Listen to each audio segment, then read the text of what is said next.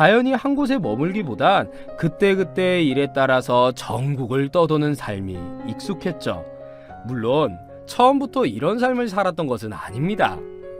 피 끓는 20대 초반에 매일 아침 8시부터 나와서 저녁까지 일하고 아버지 뻘 되는 선배들과 함께 소주 마시고 집에 돌아오면 고단해 죽겠더군요. 그러다가 군대 다녀와서 아는 분의 소개로 조선소에서 일을 하게 되었습니다. 돈도 많이 줬지만 진짜 몸이 찢어질 것 같더군요. 그땐 무식하게 힘으로 버티던 시절이다 보니 몸이 아주 힘들었을 때였습니다. 그래도 돈을 좀 만지게 되니까 은근슬쩍 본능도 끌어오르고 속된 말로 아가씨들도 많이 만나고 다니고 술도 많이 먹고 다녔죠. 그때 짝사랑하게 된 아가씨가 있었는데 한마디로 말해서 술집 여자였습니다. 지금 생각해보면 참 바보 같고 어리석었죠.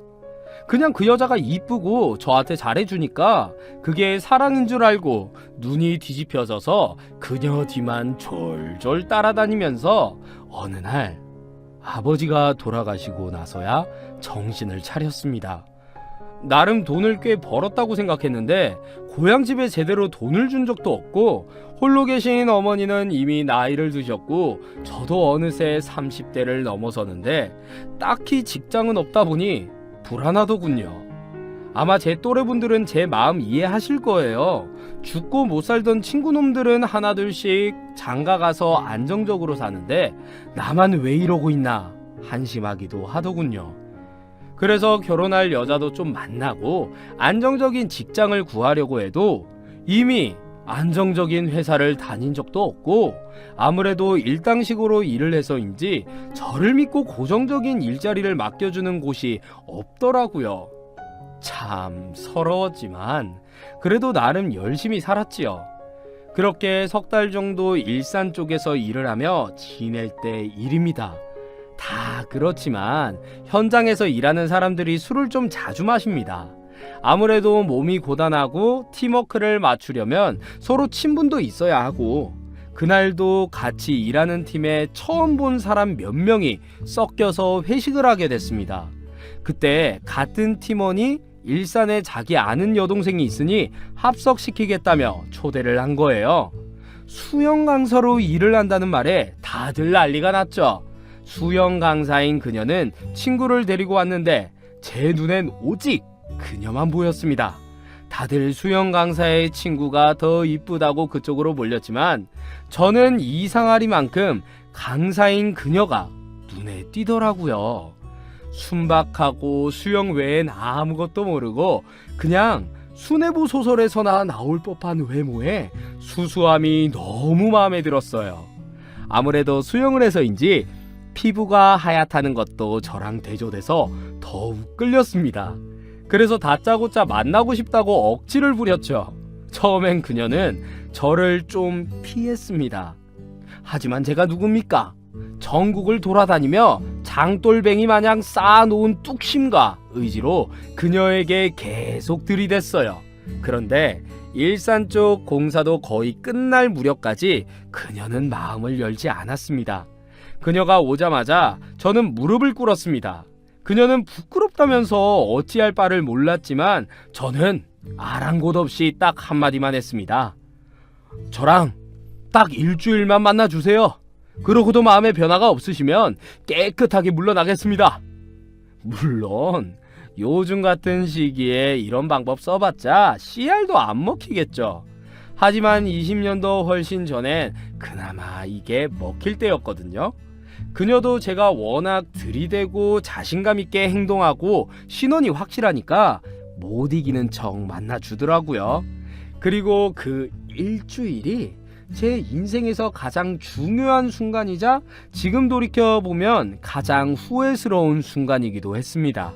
물론 그녀는 일주일 만에 저에게 호감을 보이기 시작했고 저랑 사귀겠다면서 딱 하나 조건을 걸더라고요. 사실 오빠가 마음에 들긴 했지만 워낙 장거리 연애를 하게 생겨서 머뭇거린 건데 그럼 약속 하나만 해줘요. 다른 지역에 있을 때 서로 의심하지 말기, 구속하지 말기, 꼭 지켜주세요. 이러는 겁니다. 그때만 해도 서로의 믿음을 굳건히 하자는 의미로 듣고 약속을 했죠. 그렇게 그녀와 사귀기로 하며 저는 춘천으로 떠났고, 일이 없는 날은 일산까지 와서 그녀와 데이트를 즐기는 아주 피곤한 삶을 겪었습니다. 솔직히 일하는 게 덜 피곤했습니다. 장거리 버스 타고 강원도 춘천에서 경기도 일산까지 오면 몸이 너무 나른한데, 그럼에도 그녀 만나서 데이트를 한다는 게 쉽지는 않았거든요. 사실 둘 다 가진 게 없으니 일도 열심히 해야 했고 정말 힘들었지만 미래에 대한 꿈 하나, 사랑 하나로 버티던 시절이었죠. 그렇게 힘든 장거리 연애를 이어가다가 하루는 문득 이러다간 그녀를 놓칠 것 같은 불길한 느낌이 들었어요. 그래서 일산에 작은 수리점 하나를 만들어서 잠시 안착하며 그녀와 동거를 하고 바로 결혼까지 골인했습니다. 처가엔 만물수리 대리점을 운영하는 사장님이라고 속여서 결혼 승낙을 받았죠. 처가에선 제 말을 믿고 바로 결혼 승낙을 해줬습니다. 아무래도 제가 기술 하나는 가지고 있으니 평생 자기 딸 굶어 죽지 않게는 해줄 거라고 생각하셨나 봐요. 그렇게 신혼 초에는 행복한 결혼 생활을 했어요. 하지만 제 피가 타고난 장돌뱅이 피라서 그런지 한자리에 앉아 수리점을 운영하는 게 적성에 맞지도 않았고 재미가 없었어요. 그리고 무엇보다 수입이 변변치가 않은 거예요. 그래도 조선소나 어느 공장에서 한번 일하면 두둑히 땡기는 맛이 있는데, 그래서 아내에게 다시 조선소나 공사장에 가서 크게 일하고 싶다고 하니까 의외로 순순히 허락을 해주더라고요. 아내랑 떨어져 지내야 한다는 게 아쉽긴 했지만 앞으로 미래에 태어날 아이를 위해서라도 돈을 더 많이 벌어야 했기에 다시 예전처럼 다른 지역으로 출장을 나가서 일을 하기로 했죠. 그러면서 일거리를 찾아 전국을 돌았죠. 그리고 마음가짐을 단단히 다잡고 일을 했죠. 총각되는 일을 따라서 흥청망청거리며 전국을 돌아다녔다면 이젠 책임져야 할 아내와 딸이 생길 예정이라 더욱 열심히 해야 했습니다. 그때 같이 가게 된 친구가 있는데 그냥 가명으로 김우철이라고 하겠습니다. 우철이란 친구와 거제 조선소에서 일을 좀 하게 됐거든요. 아무래도 타 지역에 아는 사람이 있다는 게 든든하고 힘이 됐어요. 그때 우철이랑 나눈 대화가, 내가 아는 친구 중에 인테리어 하는 놈이 있는데 걔랑 동업해서 차라리 서울이나 경기 쪽 대형 공사 수주를 받아가지고 사업을 하면 어때? 어차피 지방에서 커리어 쌓아서 다른 데 입찰 넣거나 아니면 지인 소개로 계약 따내는 게 제일 좋아. 언제까지 지방에서 일하면서 고생만 할 거야? 이러는 겁니다. 저야 좋다고 했죠. 물론 목돈도 필요하지만 아내 두고 자식 두고 지방에서 한 달에 20일을 넘게 혼자 있는다는 게 너무 외롭고 불편했습니다. 아내가 해준 따뜻한 밥이 그리워서 일단 우철이랑 이야기했던 친구를 만나서 인테리어 사업을 시작하게 됐죠. 근데 이 친구가 굉장히 똘똘하고 굉장히 사업수단이 좋은 친구더군요. 한눈에 봐도 이놈 이거 평범하지가 않네 라는 느낌이 딱 왔습니다. 친구인 우철이도 이 친구가 아주 전국구야. 모르는 사람이 없고 관공서, 기업 모르는 곳이 없어. 사업 착착 다 따온다니까. 우리는 이제 성공할 거야. 이러면서 칭찬을 해주는데 제 눈에도 그렇게 보였어요. 그 이후에 우철이 친구 덕분에 아주 일을 수월하게 따내고 많은 도움을 받았어요. 이 친구는 서울에서 전체적인 컨트롤을 했고 저랑 우철이랑 일감 받아서 전국을 돌긴 했지만 그때하고는 다르게 안정감이 있었거든요. 정해진 길이 있고 스케줄이 있다 보니까 안정감이 생겨서 너무 좋았습니다. 자연히 친하게 지냈고 우리 집에도 초대해서 같이 밥도 먹고 술도 한잔하며 가깝게 지냈죠. 어느 날 아내가 동업자 친구는 사람이 참 순하더라. 당신한테도 잘해서 좋아. 그 말을 들으니까 그 친구에게 더욱더 끌렸습니다. 근데 아무리 세상 좋은 사람이라고 해도 도와주는 데는 한계가 있잖아요. 근데 동업자 친구는 그냥 한없이 저에게 퍼줬어요. 일감도 몰아주고 자재에 필요한 대금도 거의 헐값에 빌려주고, 어쨌든 부모님보다 더 저를 아껴주고 도와주었죠. 자연히 일이 풀리니까 모든 게 순탄하게 진행되기 시작하더군요. 그 사이에 아내가 첫째를 임신을 하는 경사까지 맞이했어요. 뭔가 일이 착착 잘 풀리는 느낌이었습니다. 그때 큰 공사 한 건 하고 우철이 부부와 동업자 친구를 감사의 의미로 우리 집에 초대했습니다. 근데 점점 가까워질수록 뭔가 이상한 점이 하나 있었습니다. 이렇게 잘 나가는 친구가 늘 혼자라는 거예요. 제가 늘 이 점을 이상하게 생각해서 물어봐도 대답을 안 하더니 그날 우리 집에 와서 맥주 한잔 하면서 갑자기 그 이야기를 꺼내는 거예요. 너 내가 왜 결혼 안 하는 줄 아냐? 사실 나도 사랑하는 여자가 있었는데 도망갔어. 다 부질없더라. 그냥 내조 잘해주고 나만 사랑하는 여자를 못 만났어. 그런 소리 하지 말아라. 너처럼 능력 있는 놈은 꼭 여자들이 생길 거야. 그랬으면 좋겠는데 내가 좀 이상한 버릇이 있어서 난 결혼 못해. 왜? 그냥 좀 그런 버릇이 있어. 몰라도 돼. 그리고 보통 이런 이야기는 흔히 하니까 별 대수롭지 않게 넘겼습니다. 근데 그날 우철이가 취해서 오더니 저에게 넌지시 일과 사생활을 잘 구별해라. 뭔 소리야? 그냥 그런 거 있어. 너가 맨날 혼자서 일하다가 이렇게 동업하고 사람들 모아서 일 관리하게 되면 일과 사생활 관리 잘 해야 할 거야. 이런 알쏭달쏭한 말을 던지더군요. 도대체 사생활 관리가 뭔 소리인가 싶었지만 어쨌든 저에게 동아줄 같은 존재였고, 그 친구가 소개해주고 다리를 놓아주는 일을 따라 열심히 일해서 어느 정도 하나둘씩 자리를 잡게 됐죠. 덕분에 아내는 일산에 있는 수영 강사를 그만두고 첫째를 임신했습니다. 참 바쁜 와중에도 아내랑 시간을 보내려고 노력했고, 그 사랑에 결실이 태어난다고 하니 너무나도 기뻤습니다. 조금 더 안정적으로 산다는 게 이런 맛이구나 라고 느꼈죠. 그 사이에 동업자 친구는 계속해서 저에게 일감도 몰아주고 나중엔 우철이보다 더 가깝게 됐죠. 돈 버는 재미에 좀 빠져 있을 무렵 아내가 대뜸 화를 내는 거예요. 당신은 날 사랑하긴 하는 거야? 이게 흔히 말하는 산후 우울증인가 싶더군요. 첫째는 유아원 다니고 있었는데 거기에 둘째까지 뱃속에 생기니 아내가 힘들어할 법도 했어요. 아이 키우느라 집안 살림하느라 여러모로 우울한 시기이겠다 싶어서 선물도 많이 사주고 놀아주려고 애를 썼지만 마음대로 쉽지 않더라고요. 일단 동업자 친구가 어찌나 일감을 몰아주는지 집에 붙어있을 시간도 없었고, 일 끝나고 나면 사후 처리 등 따로 신경 써야 할 것들이 잔뜩 있으니 아내에게 물질적인 선물 외엔 해줄 것이 없었습니다. 저도 당연히 주말에 아내랑 여행도 가고 함께 있고 싶었지만 그때는 일이 중요했고 돈 버는 게 더 중요했던 때였죠. 근데 복이라는 게 정말 신기하게도 한꺼번에 몰려오나 봐요.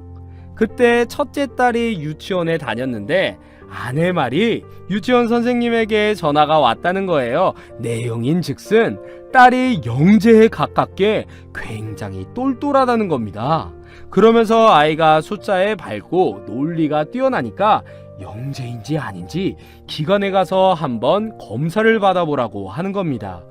그래서 속는셈 치고 검사를 한번 받아봤죠.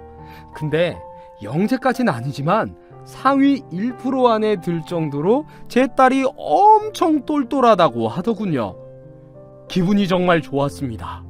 저도 공부를 잘했던 것도 아니고 집안에 명문대 출신 하나 없는데 딸이 똘똘하다는 이야기를 들으니까 괜히 으쓱해지고 우리 딸이 우리 집안을 일으켜줄 보배인가 싶더라고요.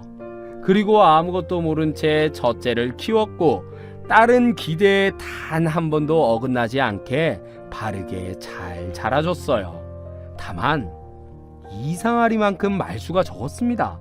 성격이 좀 소심한가 싶었죠. 저도 그런 면이 없지 않아 있었지만 사회생활하면서 많이 적극적이게 변했으니까 나중에 또 변하겠지 라고 생각했죠.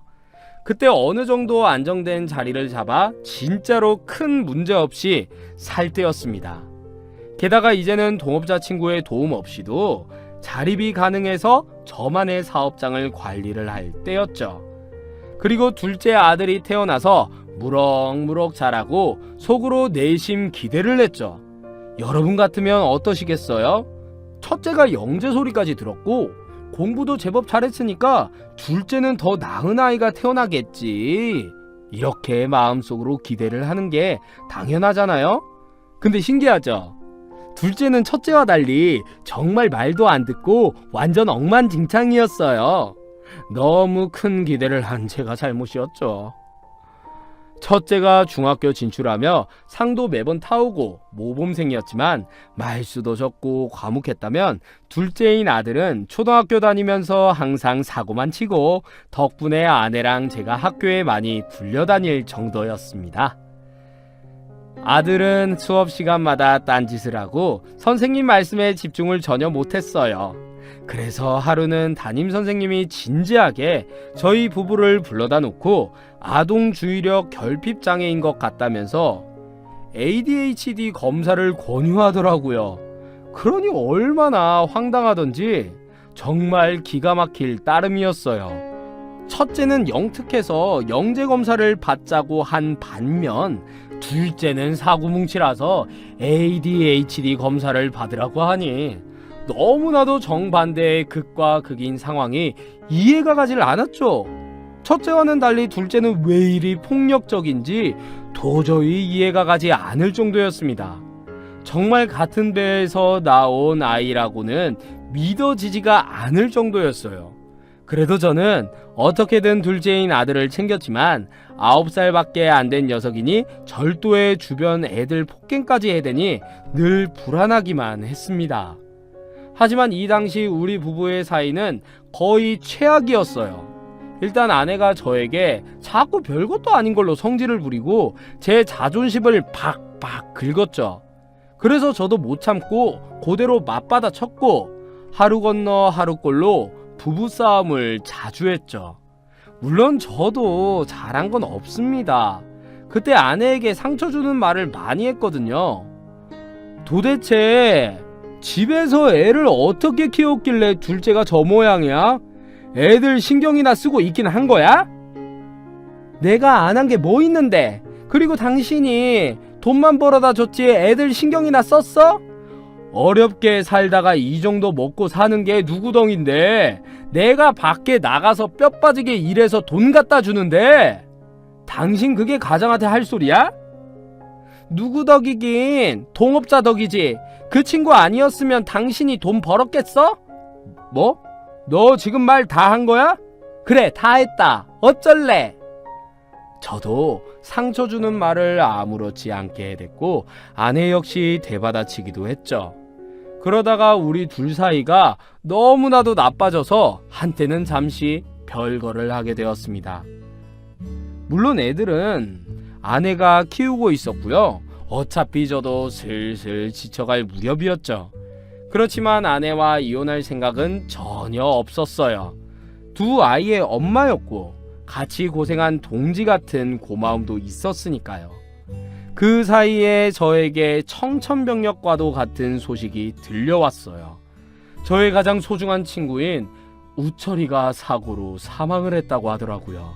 거의 가족처럼, 친형제처럼 지냈던 친구인지라 충격이 컸죠.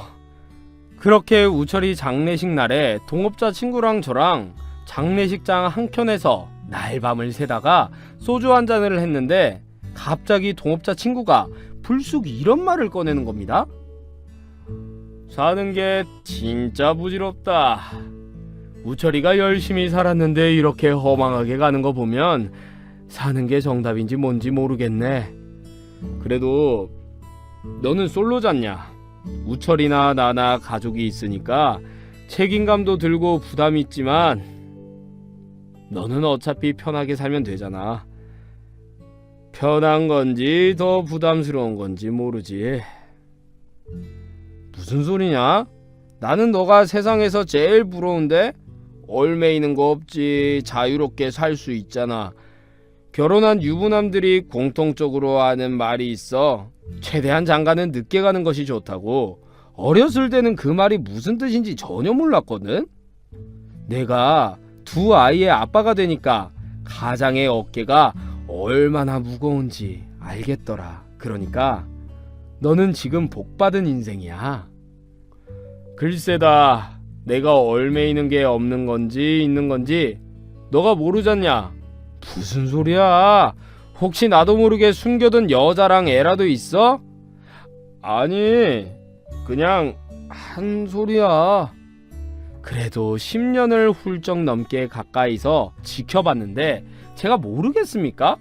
혼자 살면서 돈도 많이 벌고 사업수단도 좋은 놈인데 뭐가 두려워서 저러는 건지 그때는 몰랐죠. 하지만 우철이 사망 이후로 저도 그리고 동업자 친구도 돈 버는 삶이 아닌 인생을 즐기는 삶으로 살아가자고 이야기를 나누고 있었죠. 아등바등 살아봤자 죽으면 말짱 도루묵이라는 걸 우철이의 장례식장에서 깨닫게 되었죠. 그러니 갑자기 그렇게나 미뤘던 아내가 소중하게 느껴졌고 관계를 다시 잘 이어나가려고 노력을 했습니다. 사실 제가 여기에 다 담진 못했지만 그 사이에 아내와 갈등도 많았고 싸움도 많았기에 전혀 부부간에 한 이불을 덮고 잔 적이 없었거든요. 첫째가 중학생인데 무슨 잠자리야. 이런 생각도 강했지만 일단 가난해서 벗어나려고 돈만 버는데 혈안이라서 거의 부부가 한 이불 덮었을 때 첫째, 둘째가 태어난 겁니다. 근데 별거가 길어지니까 아내 얼굴도 못 보고 무엇보다 이쁜 첫째 딸, 말썽은 많아도 대를 이어줄 둘째 아들놈이 너무 보고 싶었습니다. 그 전에는 제 인생의 1순위가 일해서 돈 버는 거였다면 우철이의 죽음 이후에는 그게 다 부질없다는 것을 알게 되었죠. 그래서 이 허망한 인생, 가족밖에 없다는 생각에 아내에게 더욱 잘하려고 정말 노력하며 다시 처음 만났다는 생각으로 아내에게 더 잘해줬어요. 그래서 전화도 자주 하고 별 시덥지 않은 문자도 자주 보내고 아내가 좋아하는 것들도 따로 구입해서 선물해 주었죠. 그렇게 나름 최선을 다하면서 어떻게든 토라진 아내의 마음을 돌리려고 노력했죠. 물론 그 전부터 돈은 다 줬으니 집도 넓히고 애들 좋은 학원도 보내고 좋은 거 입히곤 있었죠. 하지만 마음까지 다 퍼주니까 아내도 조금은 누그러지는 모양이더라고요. 그래서 속으로 혼자 이제 이 쓸쓸한 별거 생활도 청산하고 다시 나도 가족과 함께 단란하게 잘 살겠구나 라고 꿈에 부풀어 있을 무렵 갑자기 딸에게 전화가 온 거예요. 그러면서 하는 말이 다짜고짜 저랑 같이 있고 싶다고 하는 겁니다. 중학생 딸이 별거 중에 혼자 사는 아빠랑 같이 살고 싶다고 하니까 적잖이 당황스럽더군요. 넓고 좋은 아파트 집에 매일 밥 해주는 엄마 대신 혼자 자그마한 투룸 반지하에서 살며 현장 일만 하는 아빠랑 같이 살고 싶다는 딸이 정말 이해가 안 갔습니다. 그래서 무슨 일이 있냐고 물으니까 대답은 안 하고 그냥 엄마 집에 있기 싫다고 하는 거예요. 그래서 조금씩 아내랑 다시 마음이 풀려가는 도중인지라 조심스럽게 아내에게 전화를 걸어서 여보, 혹시 집에 무슨 일이 있어? 첫째한테 전화가 왔는데. 뭐? 배가 불렀나? 뭔 미친 소리를 해? 신경 쓰지 마. 아마 사춘기라고 그럴 거야. 이러는 겁니다. 그래서 아내 말대로 첫째가 그냥 사춘기라서 그런가 보다 생각했지만 워낙 집을 나와서 저랑 살겠다고 우겨대는 터라 제가 일단 우리 집으로 오라고 했죠. 남자 혼자 사는데 집안 꼴은 안 봐도 뻔하잖아요. 맨날 일하느라 밖에 아침 일찍 나가서 밤 늦게 들어오는데 당연히 돼지 우리가 따로 없었죠. 그냥 말없이 학교 가고 학원 가며 반응이 없는 겁니다. 도대체 얘가 왜 이러나 싶었지만 그냥 이내 말대로 사춘기라고 생각했어요. 그 사이에 저는 아내랑 합치면 된다는 마음에 일은 밑에 애들한테 맡기고 다시 초심으로 돌아가서 근사한 식당에서 아내랑 식사를 했죠. 열심히 아내에게 잘 보이려고 없던 애교까지 쥐어 짜내며 열심히 이야기를 하는데 갑자기 아내가 헛구역질을 하는 겁니다. 그러면서 얼른 급하게 화장실로 달려가더라고요. 처음에는 아내가 뭘 잘못 먹었나? 체했나? 그런 식으로 대수롭지 않게 생각했죠. 근데 옆 테이블에 있던 어느 아주머니께서 저를 보고 씩 웃더니 늦둥이 보셨나봐요. 축하드려요. 이러는 겁니다. 순간 아차 싶더군요. 이게 무슨 소린가? 저는 최근에 아내랑 같이 한 이불을 덮은 적이 없었거든요.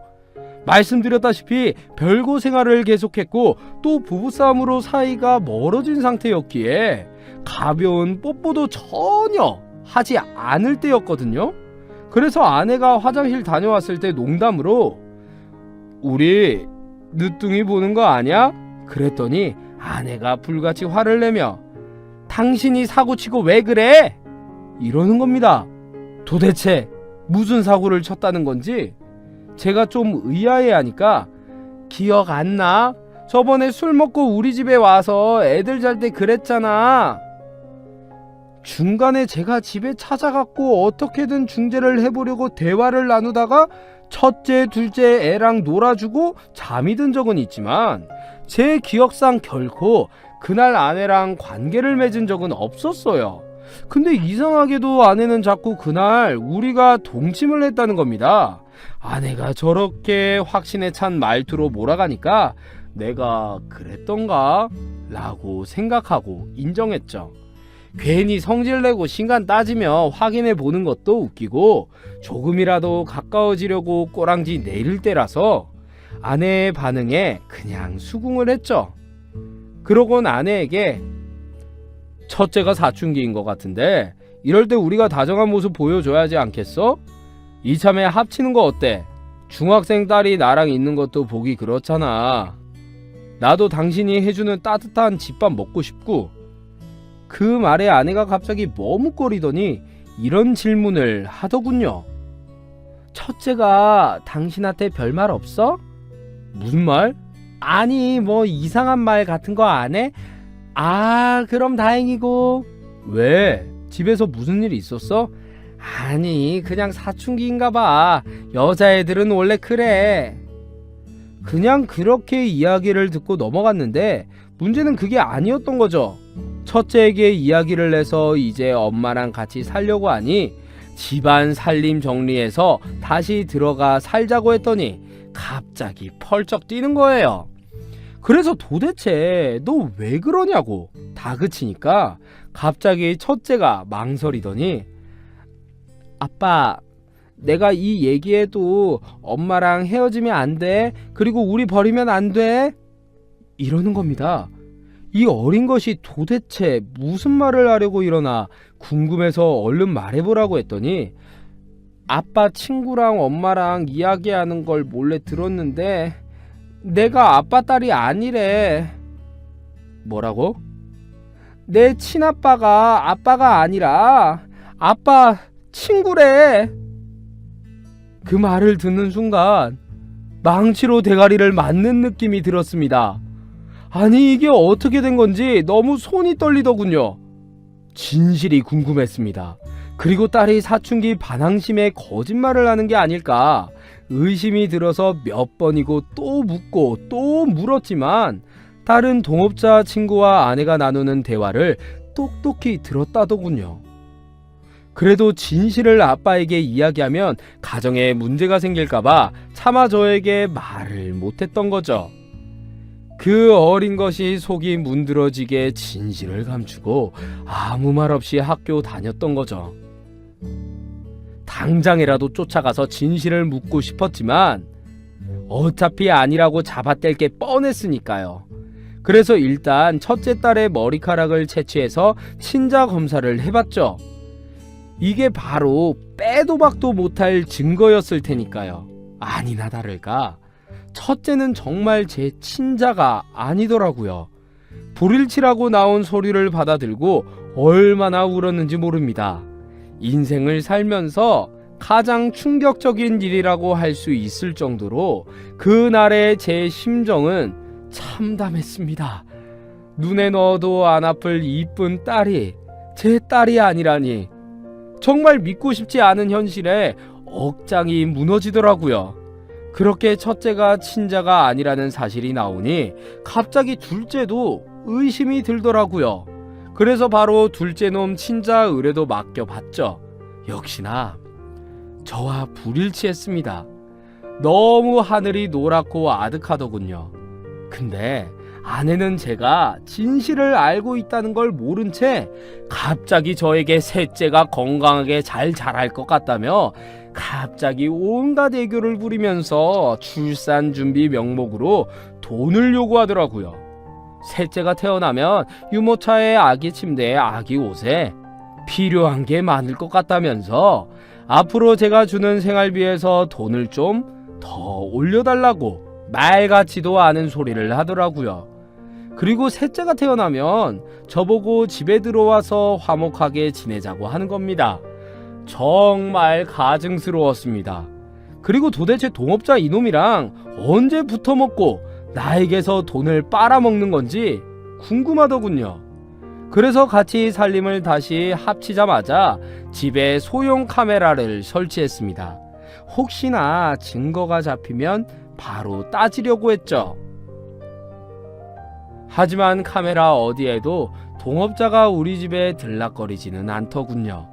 그렇다면 둘이 밖에서 따로 만난다는 건데 아내는 거의 집에서만 있는 거예요. 나가질 않더군요. 정말 환장하겠더군요. 물론 제 행동이 답답하게 여겨지시는 분들도 있을 거예요.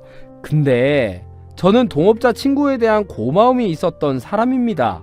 무작정 아내에게 추궁하고 증언을 받기보단 제 스스로 확실하게 매듭 짓고 싶어서 동업자 친구가 정말로 우리 아내와 선을 넘었는지 제 눈으로 혹은 제 귀로 확인하고 싶었던 겁니다. 하지만 증거는 찾을 수 없었고 그날 우연히 아내가 접촉사고가 나서 차량 수리를 맡겼고 제가 찾으러 간 길에 보험사에 증거 제출을 하려고 블랙박스를 뒤지다가 아내와 동업자 목소리가 다 녹음된 걸 들었습니다. 근데 둘이 밀회를 속삭이던 시간이 언제인 줄 아십니까? 무려 아침 8시였습니다. 아내는 9살 아들을 등교시켜준다고 차에 태우고 보낸 후에 바로 동업자를 만나서 알콩달콩한 말을 주고받더군요. 이미 하루 이틀 만난 사이가 아니었습니다. 순간 첫째 딸이 만약 동업자 친구의 딸이라면 무려 10년을 훌쩍 넘게 둘은 그렇고 그런 사이였단 말이 되는 거였습니다. 그 친구는 영문도 모른 채 술 한잔 사준다는 말에 나와서 싱글벙글이더군요. 그래서 물어봤죠. 너 왜 혼자 사냐? 혹시 어디 숨겨둔 마누라나 애라도 있는 거 아냐? 그런 헛소리 할 거면 연락하지 마라. 술맛 떨어지니까. 아주 극구 부인하길래 친자 확인서를 내밀었습니다. 우리 딸이 내 딸이 아니라는데 어떻게 생각하냐? 그때 친구가 마른 침을 꿀꺽 삼키더군요. 그래서 한마디만 했습니다. 진실만 말해라. 다 용서해 줄 테니까. 솔직히 너가 내 생명의 은인이기도 하니까 내가 용서하마. 진실만 말해. 그 말에 친구놈이 멈칫하더니 미안하다. 솔직히 그렇게 됐다. 이러는 겁니다. 마음이 여러 갈래로 요동을 치더군요. 차라리 거짓말을 해주길 바라는 마음도 있었고, 막상 진실을 들으니 속은 후련한 마음도 있었고 복잡했습니다. 하지만 오히려 차분해지고 냉정해지더군요. 둘 다 너야? 그랬더니 묵묵히 고개를 끄덕이는 겁니다. 그러고 보니 동업자의 스마트한 건 첫째 딸이 닮은 것 같고, 동업자가 사업을 할 때 냉정하기도 하고 때론 호기로 부리기도 하는데, 그런 모습은 둘째가 많이 닮은 것 같기도 했습니다. 옛말에 시도등은 못한다더니 그 말이 딱인 것 같더군요. 아무리 봐도 첫째든 둘째든 저랑 닮은 구석이 하나도 없었으니까요. 일단 저는 동업자에게 예우는 갖추고 싶었습니다. 제가 저의 인생을 일일이 다 표현은 못했지만 어쨌든 저를 구렁에서 건져준 건 맞으니까요. 그래서 그 친구에게 그랬죠. 일단 약속은 지키마. 이 건에 대해서는 널 용서할게. 그리고 낳은 정도 있지만 기른 정도 있어. 너의 시로 태어난 아이들이지만 어쨌든 기른 건 나랑 아내니까 기른 정으로 어떻게든 내가 보살피마. 그 말에 동업자도 미안했는지 고개만 푹 숙이고 있는 겁니다. 하지만 저는 그냥 용서를 하고 싶지 않았어요. 그건 그거고 이건 이거니까요. 원래 가까운 사람이 등을 돌리는 것만큼 타격이 큰 게 없잖아요. 저는 동업자 친구의 모든 비리를 알고 있었기에 그동안 그 친구가 일자리 및 인맥 소개해 준 것도 있지만, 그만큼 공사에 필요한 여러 자재도 살짝 빼돌린 걸 알고 있기에 그 서류를 다 모아놨다가 한 번에 터뜨렸습니다. 워낙 이쪽 업계가 자재 빼돌리고 공사비 중간에서 빼가는 일이 많긴 하지만 그걸 입증하기가 힘들어서 재판으로까지 가기 어려운데요. 하지만 저는 그 서류에 접근하기 쉬웠기에 모든 증거 자료를 세세하게 모아서 고발을 했죠. 당연히 동업자는 잡혀갔고요. 바로 구속이 된 상태로 재판을 받게 되었어요. 당연히 제가 신고한 건지 100% 알 텐데도 저에게 원망의 말은 안 하더군요. 하긴 사람이라면 그럴 수는 없겠죠? 지 자식인 줄 뻔히 알면서 저를 속이고 모든 양육비를 저에게 부담시켰으니까요. 그렇게 동업자는 일단락 되었고 이제 남은 문제는 아내였습니다. 곧 셋째가 태어날 터인데 아내는 왜 동업자가 잡혀간지도 모르는 채 여보, 동업자 친구가 잡혀갔대 어쩜 좋아? 이러면서 발을 동동 구르더군요. 모르는 사람이 보면 남편이 잡혀가서 난리난 아내처럼 보였습니다. 그래서 일단 여러 핑계를 대고 한동안 월급을 동결시키고 생활비도 주지를 않고 돈을 다른 데로 돌렸습니다. 그리고 아내가 눈치채기 전에 일단 생활비 있는 통장 돈도 제 계좌로 다 털어놨다가 다시 다른 친구 계좌로 이체해 버렸고요. 그리고 이혼 소송을 걸었습니다. 일단 집이 아내 앞으로 되어 있는데 저는 양육권과 집까지 달라고 했고, 아내는 처음에 울고 불고 매달리며 왜 이러냐고 저에게 통사정을 하더니 제가 친자 확인서를 흔들어 보이자 모든 걸 체념한 듯 안면을 싹 바꾸면서 당신이 날 외롭게 해서 잠시 한눈을 팔았던 것 뿐이야. 그렇다고 날 이렇게 하면 안 되지. 애들은 누가 키웠는데. 위자료나 빵빵하게 준비해놔. 나는 애를 둘이나 키웠고 하나 더 데리고 있어. 당신이 책임져야 해. 그래서 딱 한마디 했습니다. 책임질 테니 너는 빈몸으로 그냥 꺼지게 해줄게. 저는 그대로 실천에 옮겼고 제 인생의 가장 큰 목돈을 변호사에 투자했습니다. 아내를 완전히 벗겨서 내쫓으려고 했죠. 자기는 첫째, 둘째 양육권을 저에게 주겠다며 싹싹 빌었어요. 셋째는 자기가 동업자 출소하면 같이 잘 키우겠다고 하더군요. 솔직히 보지도 못한 아이를 내가 케어할 필요도 없고 첫째, 둘째는 그래도 키운 정이 있으니 제가 케어하겠다고 했습니다. 김포 땅은 어림도 없고 그래도 애들 엄마니까 약간의 생활비 돈을 주고 마무리했습니다.